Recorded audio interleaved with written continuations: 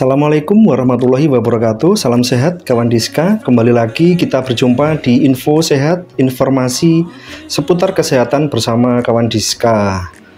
24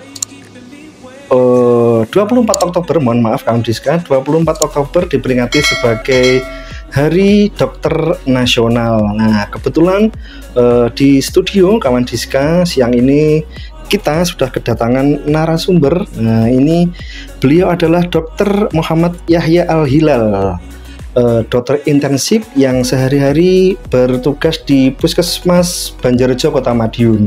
Selamat datang, dokter. Selamat datang.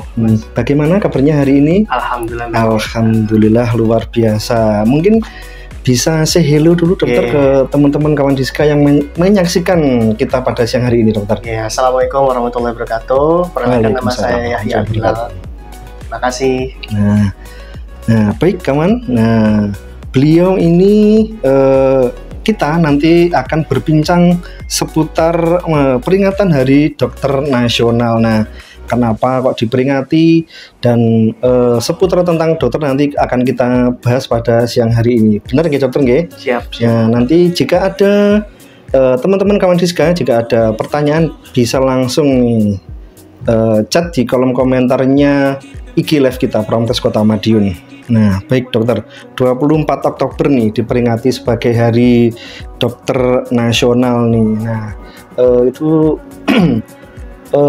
kenapa sih dok kok ada peringatan Hari Dokter itu, dok? Peringatan ini sebetulnya sebagai momentum, momentum bagi tenaga kesehatan, khususnya lebih spesifik lagi teman sejawat daripada dokter-dokter di Indonesia yang ada di pelosok maupun yang ada di pusat maupun ada di kota dan kabupaten. Untuk kenapa? Untuk memperingati kenapa kita harus jadi dokter, kenapa kita harus memberikan wawasan dan kesehatan kepada masyarakat. Untuk itu, jadi agar ada momentum kembali gitu, diperingatkan. Iya, ini yang peringatan yang ke berapa, dokter? 74 tahun ya, dokter ya. 74 tahun. Untuk temanya atau pesan jargon yang disampaikan, dokter, biasanya kan ada itu tagline-nya biasanya. Lebih ke retransformasi kesehatan. Jadi fokus pada bagaimana kesehatan ini bisa lebih accessible. Accessible dalam arti semua orang bisa lebih mudah untuk mengaksesnya. Dalam hal ini mungkin dalam proses administratif atau dalam proses upaya promotif, kuratif maupun rehabilitatif, semuanya bisa diakses. Oke, nah kita lanjutkan nih.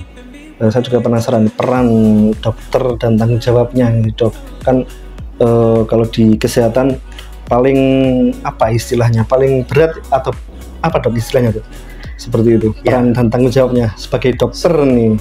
Kan dari teman-teman nakes lainnya kan juga banyak nih, dok.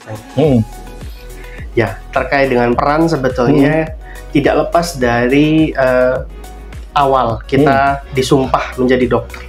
Jadi peran itu sudah diemban ketika kita awal disumpah menjadi dokter. Sudah ada di situ disebutkan bahwa kita harus benar-benar memberikan perawatan atau memberikan kesehatan, wawasan kesehatan kepada masyarakat sebaik-baiknya. Tidak sebatas itu, juga kepada teman sejawat, kepada tenaga kesehatan juga kita harus memberikan kesejawatan yang pantas dan layak bagi teman-teman sejawat kita. Dalam hal ini kita nggak boleh ngambil pasien teman sejawat kita sendiri. Jadi kita harus benar-benar bisa menjaga kehormatan, profesionalisme daripada dokter itu sendiri. Oke, siap. Jadi memang besar ya, dok, ya, peran dan tanggung jawabnya ya. Saya kan biasanya kalau berobat di puskesmas, di rumah sakit itu pasti ada dokternya. Nah, seperti itu. Kalau jumlah dokter nih di Indonesia itu persebarannya gimana, dok? Ini kaitannya dengan retransformasi kesehatan. Memang berangkat dari latar belakang belum meratanya, Mas. Nah, terutama Indonesia Timur ya, dok, ya? Indonesia Timur. Indonesia Timur, ya, Papua Barat, Maluku Utara, seperti itu. memang belum cukup tersebar dengan baik, terlalu tersentralisasi di daerah Jawa terutama. Seperti itu. Kalau untuk jumlahnya kira-kira dari dokter umum hampir ya 56.000 sekian dari dokter umum yang tersebar yang ada di Indonesia. Tapi tersentralisasi terutama di Pulau Jawa. Pulau Jawa seperti itu. Jadi Indonesia kurang lebih 56.000 sekian ya dokter. 56.000 sekian. Itu dokter umum. Dokter umum ya. Masih dokter umum. Jadi memang persebarannya apalagi di daerah 3T. Terluar, terpencil, T1-nya lupa saya. Terbelakang. Nah, seperti itu ya dokter ya. Jadi memang persebarannya di Indonesia Timur masih belum merata ya dokter ya. Masih belum merata. Tapi kalau sebenarnya di Indonesia Timur untuk fakultas kedokteran itu sudah ada ya dok ya? Beberapa sudah diinisiasi sudah untuk ada ya? Dibuka pendaftaran atau pembukaan universitasnya ya. Memang tapi belum banyak, istilahnya belum benar-benar dikatakan merata, belum bisa ya. Nah, bicara menjadi dokter nih, kan biasanya dulu waktu kecil ditanya cita-cita, nah pasti menjadi dokter. Nah, tahapannya sini dok, saya juga dulu mau jadi dokter sebetulnya cita-citanya, tapi tidak kesampaian. Nah, seperti itu dok, tahapan menjadi dokter nih. Ya, tahapan menjadi dokter itu sebetulnya memang luar biasa banyak. Luar biasa banyak. Kita mengalami proses masa kuliah yang biasa ditempuh bisa 3,5 sampai 4 tahun. Itu nanti akan kita dapatkan sarjana kedokteran atau SKED. S1-nya dokter ya? S1-nya, strata satunya. Kemudian kita dapat istilahnya magang klinis atau koasisten. Biasanya itu di rumah sakit. Itu biasanya 1,5 sampai 2 tahun. Gitu. Setelah lulus, setelah selesai itu, baru kemudian kita dibaiat atau disumpah. Yang dokter bilang di awal tadi ya? Ya, disumpah dokter namanya. Jadi 3,5 atau 4 tahun plus 1,5 atau 2 tahun. Berarti kurang lebih 6 tahun kurang lebih. 6 sampai 7 tahun. 6 sampai 7 tahun. Lebih cepat lebih baik. Lebih cepat lebih baik. Berarti dari S1-nya terus apa istilahnya? Profesi ya istilahnya ya. Berarti kurang lebih 6 sampai 7 tahun ya dok ya. Kalau dari tahapan klinik itu bisa dijelaskan dokter yang dokter sempat sebutkan tadi? Ya, setelah dari klinis, koas itu ya berjalan 1,5 sampai 2 tahun. Setelah itu baru ujian nasional dari kedokteran itu sendiri. Ada ujian nasionalnya dok? Ada ujian nasionalnya. Dan kalau nggak lulus kita harus mengulang kembali. Jadi benar-benar menjadi dokter itu tanggung jawabnya kita berhadapan dengan nyawa pasien. Tidak bisa kemudian sembarangan untuk meluluskan seorang dokter. Seperti itu. Jadi memang dari sumpahnya itu ketat, dari ujiannya itu ketat, sampai setelah ujian nasional lulus, baru kita internship seperti yang saya jalani ini. Seperti itu. Kalau yang koas tadi dok, masa pembelajarannya seperti apa dok? Oh ya, jadi proses pembelajarannya sebetulnya ada kita ikut visit dokter, kemudian ada ujian mini clinical evaluation, kemudian ada ujian klinis, ujian klinis berhadapan dengan pasien seperti itu. Jadi benar-benar kita ditempa berhadap-hadapan dengan pasien secara klinis ataupun secara dipoli seperti itu ya. Jadi kita banyak terpapar dengan kasus-kasus pasien. Jadi langsung praktek ya dokter ya. Beda dengan yang S1 mungkin masih hampir sebagai misalnya teori mungkin teoritis ya, benar sekali. Teoritis benar. Kalau setelah koas selanjutnya? Setelah koas tadi UKMPPD atau ujian kompetensi dokter nasional gitu ya. Jadi setelah diujikan ada 2 ujian, ada CBT atau computer based computerized test sama OSCE. OSCE itu berhadapan-hadapan dengan pasien probandus gitu ya, kalau bahasa medisnya probandus, dibuat sedemikian rupa kasus, kemudian kita harus menyelesaikan, menegakkan diagnosa, kemudian memberikan KIE, memberikan obat dalam waktu 15 menit gitu. Gitu. Jadi benar-benar ditempanya luar biasa. Jadi nah ini kawan Diska, ada yang mungkin nih masih sekolah. Nah, siapkan diri teman-teman kawan Diska nih ya, karena memang kuliahnya dan pembelajarannya sangat sulit ya dok ya.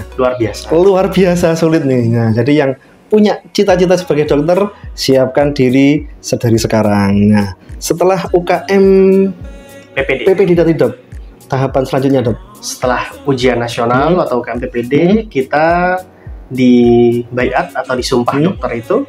Setelah itu baru kita menjalani proses pengabdian. Bahasa awamnya proses pengabdian atau internship yang diadakan oleh Kementerian Kesehatan. Itu 1 tahun. Seperti itu. 1 tahun. Jadi intensif betul. Intensif 1 tahun. Itu penempatannya sesuai pilihan kita sendiri atau ada prosesnya dokter? Nah, prosesnya ini berbeda dengan seperti sebelumnya. Kalau sebelumnya istilahnya kita itu bisa ngeklik, tapi cepat-cepatan dengan hampir 1000 dokter yang lain. Kalau yang sekarang kita dipilihkan oleh Kemenkes sendiri. Jadi kita tidak bisa memilih, tapi acuannya adalah kakak dokternya. Jadi misal saya sekarang kakaknya sudah Madiun. Jadi alhamdulillahnya bisa dapat diarahkan ke Madiun penempatannya juga. Di Madiun. Penempatan di Madiun juga. Penempatan ISIP-nya di Madiun. Jadi sesuai dengan beberapa aturan seperti kakak, kemudian seperti nilai ujian nasionalnya lebih tinggi, lebih mungkin dapat sesuai dengan keinginan seperti itu. Oh gitu. Jadi enggak, misalkan misalnya setelah disumpah dokter ya tadi ya, terus mau menjalankan intensif nih, saya pengen kayak di TV itu kan biasanya ada ya dokter apa itu, tapi saya enggak mau sebut acaranya. Nah kan itu biasanya di luar pulau, maksudnya di luar Pulau Jawa kayak gitu dokter ya. Jadi nggak bisa memilih ya dokter ya? Tidak bisa memilih. Semua itu penentuannya penempatan dari Kemenkes itu sendiri. Tapi Kemenkes memberikan istilahnya acuan-acuan bagaimana kita bisa terpilih ke lokasi yang kita inginkan. Nah, terus setelah intensif selesai 1 tahun ya dok ya? 1 tahun. 1 tahun. Terus setelah intensif selesai itu apakah ada di baiat atau sumpah lagi? Nah, kalau sudah sudah internship, nanti akan keluar SKL atau surat keterangan lulus internship. Jika sudah dinyatakan layak dan memenuhi tugas, baru kita dapat SKL itu tidak disumpah lagi, karena sebetulnya dari sumpah dokter setelah ujian nasional kita sudah layak disebut dokter. Tetapi itu masih dokter yang baru lulus, jadi perlu paparan atau exposure terhadap pasien lagi. Makanya diadakan internship. Setelah itu baru dapat surat tanda registrasi atau STR yang definitif. Gitu. Kalau yang ISIP ini STR-nya masih ada kepanjangannya atau STR internship gitu. Oh gitu ya. Jadi STR magang. Ada tambahannya. Belum definitif. Sebentar, untuk dilanjutkan dokter, kalau saya dulu di rumah sakit nih, pada waktu pelayanan itu pernah melihat di batch-nya apa ya, dokter muda lah itu, dia itu masuk tahapan mana dokter? Kalau ada tulisan kalau dokter muda, itu tahapannya di koas atau profesi. Setelah S1 klinikal magang lah istilahnya. Jadi koas namanya. Nah, itu dokter muda. Perkiraan saya karena dokternya masih muda jadi ada dokter muda. Jadi memang masuk tahapan koas ya dokter ya. Koas. Kan di rumah sakit kan biasanya kan, terutama di rumah sakit rujukan biasanya. Nah, ada dokter muda. Nah, seperti itu. Itu berarti itu masuk tahapan koas. Profesi. Oke. Kita lanjutkan dulu sambil menunggu tidak ada pertanyaan dokter. Nah, untuk melanjutkan ke jenjang selanjutnya nih dokter, misalkan dari dokter umum sudah selesai internshipnya nih, untuk melanjutkan spesialis itu ada tahapannya juga enggak dok? Kalau setelah ISIP sebetulnya itu sudah mandiri, dokter. Sudah mandiri ya. Artinya mau praktek sendiri itu sudah bisa, sudah mandiri. Nah, setelah itu ada banyak pilihan untuk dokter umum itu. Mau melanjutkan sekolah untuk spesialistik, atau mau melanjutkan S2 untuk jadi dosen, atau menjadi researcher atau peneliti. Jadi itu panjang. Pengajar, peneliti juga ada ya. Ada jadi klinis. Kalau setelah intensif, misalkan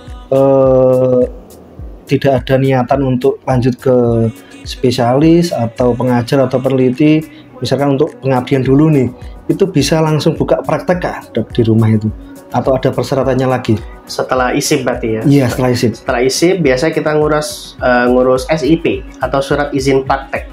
Nah, setelah itu sudah ada, sudah dikeluarkan oleh Dinkes setempat, biasanya kita boleh untuk membuka praktek mandiri. Praktek mandiri. Nah, jadi ada tambahan SIP ya, dokter ya? SIP. Tentunya dengan setelah mendapatkan STR tadi ya, sebelumnya. STR yang definitif sama SKL. Oke. Nah, kalau misalkan saya peminatan saya setelah intensif nih, saya lebih cenderung ke spesialis misalkan. Tapi misalkan jantung kemarin yang kita undang itu jantung pembuluh darah. Nah, itu alokasi waktu atau tahapannya berapa lama, Dok, kira-kira, Dok? Jadi untuk proses pendidikan spesialis itu ada yang mayor, ada yang minor. Kalau yang mayor itu ada anak, spesialis anak, bedah, interna atau dalam, kemudian obgyn, kandungan. Nah, itu mayor. Pendidikannya itu ditempuh hampir 5 sampai 6 tahun kadang-kadang. 5 sampai 6 tahun. Jadi ada sekolah lagi 5 tahun. Gitu. Kalau yang minor itu seperti mata, THT, kemudian kulit kelamin, gitu, radiologi dan sebagainya. Itu yang minor. Yang istilahnya tidak sampai 5 tahun. Ya kira-kira 3 sampai 4 tahun. 3 sampai 4 tahun. Berarti total kalau spesialis yang mayor nih misalkan, tadi dari dokter umum 6 tahun misalkan, tambah 5, 11 tahun. 11 tahun. Nah, 11 tahun. 11 tahun. Nah, untuk dokter sendiri nih, nanti setelah intensif nih, Dok, kira-kira ada peminatan selanjutnya enggak nih, Dok? Ya, kalau saya sendiri sebetulnya mencoba cari kerja dulu, Mas. Cari kerja, tapi kalau ditanya peminatan, saya minat ke hal yang sifatnya tidak emergensi. Tapi saya lebih minat ke jantung dan pembuluh darah. Tidak emergensi itu berarti yang bisa dikatakan yang minor tadi, Dok? Bisa mayor itu? Juga. Bisa mayor juga. Oh, gitu. Tapi yang istilahnya tidak dipanggil malam hari untuk melakukan operasi, saya seperti itu. Jadi kayak bedah, anestesi itu kan, Dok, situ, on call, situ, itu kan kita harus datang untuk pasien gitu. Kayak gitu. Ya, untuk pengalaman dokter nih sampai intensif ya, Dok ya? Intensif. Nah, suka dukanya nih bisa diceritakan untuk kawan Diska yang nantinya siapa tahu berminat dan keterima nih sebagai dokter nih, Dok. Amin. Suka dukanya. Bagi kawan-kawan Diska sebetulnya kalau ada yang minat untuk di dunia medis atau kedokteran, sebenarnya jangan takut ya. Semua itu harus dicoba. Kalau di internship ini kita banyak terpapar atau exposure terhadap kegiatan masyarakat, terus budaya masyarakat setempat, dan itu sebetulnya tantangannya. Kita harus bisa menyesuaikan diri. Kita jangan pernah memakai ego kita untuk memaksa kita diterima oleh masyarakat gitu. Tapi kita juga harus mendengarkan masyarakat, masukannya, kulturnya bagaimana, seperti apa, baru edukasi kesehatan akan bisa didengar. Seperti itu. Seperti peribahasa nih, di mana bumi dipijak, disitulah langit dijunjung. Nah, jadi kita mendalami dulu kultur masyarakatnya seperti apa, nanti baru kita bisa masuk untuk edukasi kesehatan. Nah, seperti itu. Ada pertanyaan, Kak Admin? Tidak ada ya? Mungkin kesan pesannya, dokter. Tadi suka duka sudah, sekarang kesan pesannya nih. Ya, sebetulnya kalau kesan dan pesan kita harus tetap terbuka ya, terbuka terkait dengan perkembangan dan yang terjadi di dunia ini. Jadi jangan sampai kita mengklaim bahwa sesuatu yang kita pikirkan itu yang paling benar. Tidak semua hal itu bisa diklaim seperti itu, karena akan terus berkembang. Proses ini akan terus berkembang. Jadi kita harus tetap terbuka, open minded, entah itu masalah kesehatan, masalah informasi, sosial, budaya, bahkan masalah yang terkecil, keluarga. Jadi tetap optimis untuk menyongsong kesehatan yang paripurna. Retransformasi kesehatan insya Allah bisa terwujud dengan kesadaran dari semua segmen, entah itu segmen dari pusat, daerah, dan lapisan masyarakat tentunya. Jadi tetap semangat dan optimis. Mari kita benar-benar bisa saling berhubungan dalam konteks untuk menguatkan kesehatan kita, gitu ya. Mungkin itu. Terima kasih. Oke, super sekali nih, dokter. Terus untuk setelah dokter nanti ini di puskesmas ya dokter ya? Di puskesmas. Berapa bulan dokter di puskesmas? 6 bulan. 6 bulan. Setelah dari puskesmas nanti geser ke Sogatan, ke rumah sakit selama 6 bulan lagi. 6 bulan lagi kan, juga. 1 tahun, 6 bulan. Oke, mungkin kalau di puskesmas kebanyakan kegiatan UKM ya dok ya? UKM benar. Posyandu, lansia seperti itu ya. SD, sekolah gitu ya. Oke, baik. Terima kasih dokter. Kalau tidak ada pertanyaan untuk kawan Rizka, semoga dokter nanti intensifnya lancar. Amin. Sukses kedepannya, dan terima kasih kawan Rizka sudah ikut hadir menyimak info sehat seputar informasi kesehatan bersama kawan Rizka dengan topik memperingati Hari Dokter Nasional ke-74. Menguatkan komitmen membangun masa depan kesehatan Indonesia. Terima kasih. Wassalamualaikum warahmatullahi wabarakatuh. Salam sehat.